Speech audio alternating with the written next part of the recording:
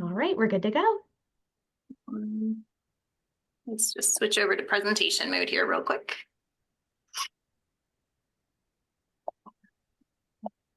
All right. Hopefully everybody can see that screen okay and hear me okay. Are we in good shape? Yep. All right, wonderful. Well, thank you guys so much for joining us. And as you're digging yourself out from under the snow, I feel like here in Morgantown, we get dug out for about a minute and then we get another layer. So it's been pretty constant the past several days. So I'm glad everybody could join. My name is Nicole Bryan. I work here at West Virginia University in Morgantown. I'm one of the providers in our Positive Health Clinic. And then I'm also the regional director for our West Virginia regional partner site for the Mid-Atlantic AIDS Education Training Center. We do have a few acknowledgments, sort of introductory slides to do to orient everybody to the AIDS Education Training Center. We are supported by a federal grant through the Department of Health and Human Resources, and we don't have any additional non-governmental financing. And really the mission of this grant is to provide training related to HIV and also technical assistance to our region, which is Region 3, includes West Virginia and the other states listed there. Contents of this presentation are solely my responsibility and do not necessarily represent any official views of the U.S. government or any government agencies.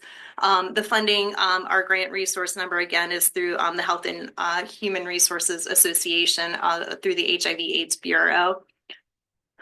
Just to give you so there are AIDS education training centers located throughout the country, and we're divided up into regions. So we are coming to you from our region here. Our home base and our overall regional headquarters is at UPMC in Pittsburgh, Pennsylvania. And then we're one of the regional partners under that umbrella in covering the state of West Virginia. And this is just kind of another map illustrating that.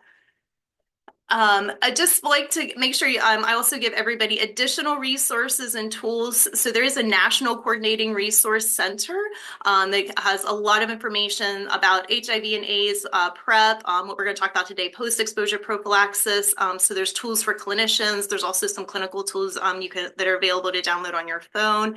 There's a National Clinical Clinician Consultation Center where you can get free peer-to-peer expert advice if you have, for any patient that's in front of you. And if you're also interested in learning more, there's a fantastic national HIV curriculum, again, related to HIV treatment, but also on HIV prevention as well. Through that's funded through this program. So those are the links to those additional resources. We don't have I don't have any conflict of interest to disclose, and neither do any of the other AETC staff. I do want to let you know we do have post-event evaluations in addition to what is offered through Project Echo. So we do like you to register through our Maytech organization as well. That helps us, get to know who all is attending our training sessions. And if you have any suggestions for or want additional training, then we're able to help that way as well. And whoops, sorry about that. And any additional information, there is the AETC website. All right, so getting into today's objectives. We're going to talk a little bit about the clinical rationale and evidence for treatment as prevention, and specifically we're going to focus on nPEP. And then I'm going to talk a little bit about treatment in rural areas for nPEP too. So first, we're going to look at strategies to control HIV. I like to come back to this slide a lot for this group because I like to kind of remind us that we're kind of focusing on sort of small slivers of what overall is a bigger picture. So looking at using post-exposure prophylaxis, that's what we're focusing on today. But this is also in the bigger context as what we've talked about before, which is treatment as prevention and pre-exposure prophylaxis, identifying and treating STIs, and then other behavioral interventions. So today we're going to talk a little bit about post-exposure prophylaxis. Okay. So post-exposure prophylaxis the concept is really using antiretroviral therapy to give into an individual after they have a single high-risk exposure in order to prevent HIV infection. It's actually been around, this concept has been around for some time, and we really got good at it historically in the setting of healthcare worker exposures. So really a lot of the early evidence and strong evidence came from, say, like a needle stick injury that a healthcare worker has sustained. And we found that it was actually very effective at preventing healthcare transmission to a healthcare worker, even in high-risk situations. More recently than that, though, we also found there's good data that it's also good at preventing HIV transmission through other high-risk exposures or non-occupational exposures. So a high-risk sexual encounter, for example, a high-risk injection drug use event, those types of single exposures. There are a few keys to doing it correctly and a few things to keep in mind. The first is time does matter. So it really should be initiated, medication should be initiated really as soon as possible in order to ensure that it's effective. And really the window you're looking at is about 72 hours within that exposure. The CDC does provide guidance for both occupational exposures, so healthcare workers, and also non-occupational exposures as well. So I'll reference some of those materials here. But again, really, the thing that we're really talking about within 72 hours in a single high-risk exposures. For individuals who have ongoing risk, those are the people that you really want to start thinking a little bit more about PrEP. And actually with it built in with the PrEP guidelines is somebody who requests post-exposure prophylaxis on multiple occasions within the same time frame. So, but this is really single event, high-risk exposures. So what do some of those exposures look like? So really you're talking about exposure to blood or body fluid, specifically sexual exposures, and this can include sexual assaults. And then also the use of sharing injection drug use equipment. So we do like to highlight this isn't necessarily just needle sharing, but other equipment that could be involved in injection drug use. It's really shouldn't be thought of as a substitute for HIV prevention, other HIV prevention methods. So, whether that involves, education about safe injection drug use practices, using clean syringes and clean needles, treatment for substance use, condom use for sexual interventions, but really kind of a backstop or a safety net for those single high risk exposures to help prevent HIV in that individual patient. And it's also not really recommended for individuals who are exposed to HIV frequently. And again, we would recommend you thinking about PrEP more for those individuals. And again, that time frame, so again, needs to be started within 72 hours of the high risk exposure and should be continued for about 28 days. So here's a flow diagram from the CDC. For looking first, the first thing to determine is what did the individual exposure, was that a high-risk exposure? Was that a high-risk sexual encounter? Was that a high-risk, risk through injection drug use? So that's the first question. Did they have a high-risk exposure that is concerning? The second question is, are they within that 72-hour window? Has it been within 3 days that you're seeing them? So if they're within that 72-hour window, the way the guidelines phrase it now, if they know that the individual they had the exposure from was known to have HIV, it's really kind of full stop. nPEP is definitely would be recommended in that situation.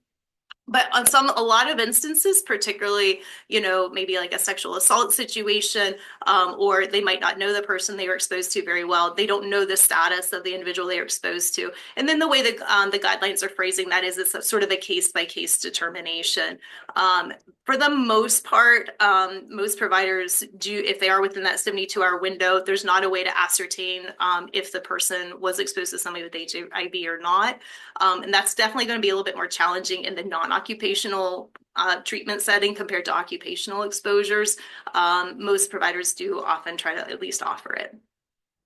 So what counts as substantial risk for HIV? So any exposures for vaginal, rectum, eye, mouth, other mucous membranes, non-intact skin or percutaneous contact with other body fluids. So blood, semen, vaginal secretions, rectal secretions, breast milk, or any other fluid that might have visibly been contaminated with blood when the source is known to have HIV.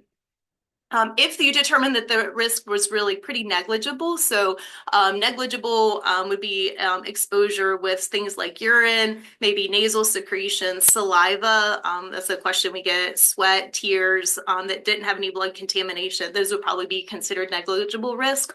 Or if the person was presenting after, more than 72 hours outside of that window, then nPEP wouldn't be recommended. This is, I think we've shown this table here before, but again, revisiting through the CDC, these are also kind of the high risk and exposure types relative to the risk of acquiring HIV. So the highest risk would be a blood transfusion, just because of the volume of blood that the person is receiving directly. Needle sharing during injection drug use or just other needle stick injuries are also fairly high. For sexual, it's really receptive anal intercourse is considered the highest risk type of sexual exposure for HIV. There's a few different reasons for this. One of them is just sometimes there's a little bit more trauma to the anal area that can facilitate a little bit of bleeding, and then also there's a lot of lymphoid tissue there that has a lot of target cells for HIV. And then again, things like biting, spitting, so saliva exposure, other pipes of body fluid are overall considered a negligible risk. If a patient is say, yeah, I really think this person would benefit from post-exposure prophylaxis, we do recommend, there is recommendations for baseline laboratory testing. Really what you're looking at getting here is some baseline screening to kind of establish, we want to make sure that the patient, doesn't already have HIV. And then also screening for other things that could have come from that exposure, in addition to, I'll talk about hepatitis B as well. So first, they would definitely need screening with an antigen antibody screening test. So we talked about different types of HIV testing previously. So you want at least that 4th generation combined antigen antibody screen. You do want to screen also for hepatitis B. This tells you a few things. The first is it would help identify individuals that may require vaccination if they're in a high-risk setting. But also identifying individuals that might be a carrier for hepatitis B, because when we start talking about the medications that we use for nPEP, it's fine to start them, but they would need to be monitored for potential hepatitis B flare after they completed their nPEP course. So hepatitis B screening is key from that standpoint. Hepatitis C antibody testing, particularly for blood exposures, and then STI screening for any high-risk sexual exposures, such as syphilis, gonorrhea, chlamydia, pregnancy testing for individuals who are at risk for pregnancy, and then also some baseline kidney function and liver function testing just before prescribing the medications. Then after you get baseline testing, there is recommendations for follow-up testing. So we would repeat testing around 4 to 6 weeks after the exposure, including repeat HIV testing, repeat HIV testing again at 3 months and 6 months. And then also after 4 to 6 weeks, it's recommended you repeat some of that STI screening and pregnancy tests that might not have been positive initially. And then again, after that 6 months after the exposure, repeating for hepatitis B serology, hepatitis C, and syphilis specifically, just because syphilis testing sometimes can take some time to turn positive. So baseline testing, 4 to 6 weeks, 3 months and 6 months for anyone prescribed nPEP. So this is kind of similar information. It's just laid out, the CDC has laid it out more in the table format. So it just kind of tells you, okay, these are the things you check at baseline. And then for each type of exposure, where you would get it 4 months, 4 to 6 weeks, 3 months or 6 months. And this is available, freely available on cdc.gov if you ever want it for reference. So which regimens do we recommend? So one key difference I want to highlight before I start talking about specific medications. So when we're talking about post-exposure prophylaxis for a high-risk event, it is distinct from pre-exposure prophylaxis. Post-exposure prophylaxis truly is a fixed a complete regimen for HIV. These are regimens that we would use potentially to treat somebody with HIV. So it's not just a backbone regimen or a single drug regimen like we would do for PrEP. These are fully active regimens. So most of them are going to consist of 3 or more drugs in order to decrease the chance that the person is going to acquire HIV. Most, probably the vast majority of the time, it's going to be a 3-drug regimen for adults and adolescents. This is going to consist of a backbone of tenofovir with either TDF, with Truvada, and what we call an integrase inhibitor, so either raltegravir or dolutegravir. An alternative to that would be a PI regimen, which would have a little bit more drug interactions. Most of the time, it's going to be the top regimen. It's going to be this preferred regimen. Dr. Bryan, you have some questions. Oh, I do? I'm sorry. I didn't even okay. I'm not see it. The chat thing isn't popping up for me, guys. Hold on. The first question was, should STI testing be repeated if the exposure was not sexual? Should STI test? No, those are just for sexual exposures. Correct. Oh, okay. Sorry. Yep. So so that would just be if the high risk exposure, the indication for the post exposure prophylaxis was in fact a high risk sexual encounter.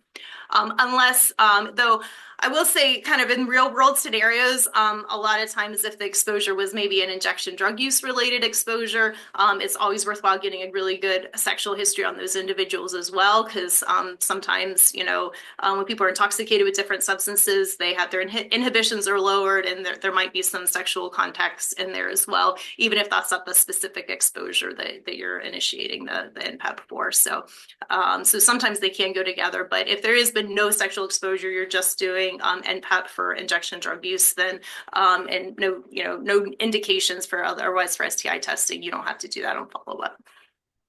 That was a good question. Sorry if that wasn't clear. Any other questions? Yeah, you have 2 more. So one is for folks. Sorry about that. I can't. What is it? For folks that are difficult to follow up, like transportation barriers, for instance, would you consider providing at-home testing kits for follow-up? That's a good question. Yeah, as long as the testing kit, I guess as long as you can follow up, as long as you have a way to get the results, whether if they have a way to share the results to you. So some test kits use an app. So as long as there's a way to follow up the result, and that the test kit does have both an antigen and antibody component to it. So I guess some test kits probably would be okay as long as you have that follow up. Okay, and then the last one is Gargi asked, what is the recommendation if the source is undetectable? That's a really good question as well. You guys ask fantastic questions. You guys, everybody got really good rest over the holidays and got their thinking caps on today. That's a fantastic question. So that could be a little bit trickier. In general, if the individual is known to be living with HIV, the source and the exposure individual, but is undetectable and is documented to be undetectable, you wouldn't necessarily have to do it. The dicey area there comes in is sometimes you might not always be able to test that individual to verify that they were in fact undetectable. So that's where logistically that becomes a challenge. But you're correct. If you knew that the source individual was living with HIV and undetectable at the time of the exposure, then you wouldn't necessarily have to do it. It's a little bit of a nuance, particularly in the situation of non-occupational. That probably comes up to play a little bit more with occupational exposures, where maybe you can go, if it was a patient to a healthcare worker exposure and you happen to have blood in the lab on that patient, you could potentially go and check their viral load and see if it was high risk. To my knowledge, I don't know if the guidelines jump into that too much, but that's a great point. If the source individual is undetectable, they're much less likely to transmit. Very good. Did I hit everything? Yes, ma'am. Thank you. Right. Sorry about that. I wasn't seeing the chats come in. This is just a continuation of the earlier table. So there is a little bit of variation for recommendations for children. So there is guidance for children. So starting between age 2 to 12, they're very, very similar, but the dosing might be a little bit different. You might be more like weight-based dosing if there's concern for exposure to a young child. But overall, the drugs are relatively similar. For infants, so anyone from 4 weeks to 2 years, again, it's gonna be slightly different medications. I'm gonna look at stuff that you have like maybe available as an oral liquid, if they're not developmentally able to take pills. And then I'm pretty sure anyone under 4 weeks, the recommendation probably would be to get expert consultation or expert advice with an infectious disease specialist. So I did want to touch a little bit on just some data that's out there as far as how we do as clinicians and healthcare providers with prescribing nPEP. So there were a few different studies. So this one is really just kind of looking overall at primary care providers, at healthcare providers' awareness for prescribing PEP, and then are they actually doing it? And so this particular study was done between 2014 and 2015. And they were really focusing on providers in then the 10 US cities. So one was Philadelphia, one was Atlanta, DC. I don't know if I'll get all 10, that had the highest prevalence zip codes within those cities for HIV infection. About 41% of them were located in that southern region where we see a lot of our newest HIV cases. So they found overall about 87% of providers were aware of post-exposure prophylaxis, including non-occupational post-exposure prophylaxis. About 95% of HIV providers and 82% of non-HIV providers were aware of it, but only overall about 40% had ever prescribed it. Again, the majority of those being HIV providers compared to only about 23% of non-HIV providers. And so one thing that's really challenging here is a lot of times patients aren't going to necessarily make their way to somebody with HIV expertise within that 72-hour windows. They're more likely to present to their primary care clinic or to present to their, if they're going to present for like STI testing at a health department, urgent care, emergency department, they might not get within that 72-hour window to an HIV provider. So really kind of engaging other healthcare provider types and getting folks comfortable with prescribing post-exposure prophylaxis will probably be more beneficial. This is a study looking in the emergency department. Specifically, it was out of Virginia. And it was really a survey for several EDs in Virginia, an anonymous survey. So 5 of these emergency departments were based in hospitals, 2 were just sort of freestanding EDs. They had about 150 providers, including residents or faculty. And they sort of were saying, okay, do you feel like this would be something that, an ED provider should be doing? So almost 90% said yes, they felt like they would have a responsibility to prescribe nPEP. Were they willing to prescribe it either for unprotected sexual intercourse or for a high-risk injection drug use? And they all said yes, they'd be willing. But their confidence as far as their ability to do it correctly, as far as selecting the right regimen, or also discussing with the patient any potential side effects to the medications was much lower. And then had they actually done it within the previous year, only about a quarter of the participants had actually prescribed it in the previous year. So there's definitely a disconnect between, being aware of it and when it's indicated and being willing to do it, and then the confidence in the ability to prescribe the correct medications and then actually writing the prescriptions. This particular study, they dove into that data a little bit more. And so they looked at kind of like, what are some of the barriers? And so about just under a third of them said mostly it was time, just time to counsel patients and talk to patients about it.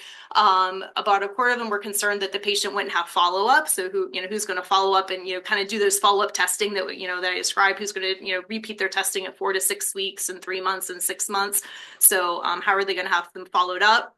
About 23% were also worried about cost and, insurance coverage for the medication. And then 15%, fewer thought that the concern would be the patient wouldn't be interested. So they seem to think that fewer people thought that would be a concern. And then about 10% were concerned that the patient would continue to have ongoing risky behavior that could put them at risk. So they might, continue to, whether it was injecting drugs or engaging in high risk sexual behavior. So there was some concern there, but mostly time and follow up were probably the two biggest, what they felt like were the biggest barriers to prescribing nPEP. And then the other one I wanted to look at was, this is kind of looking at things from a pharmacy database, specifically looking at rural versus urban pharmacies.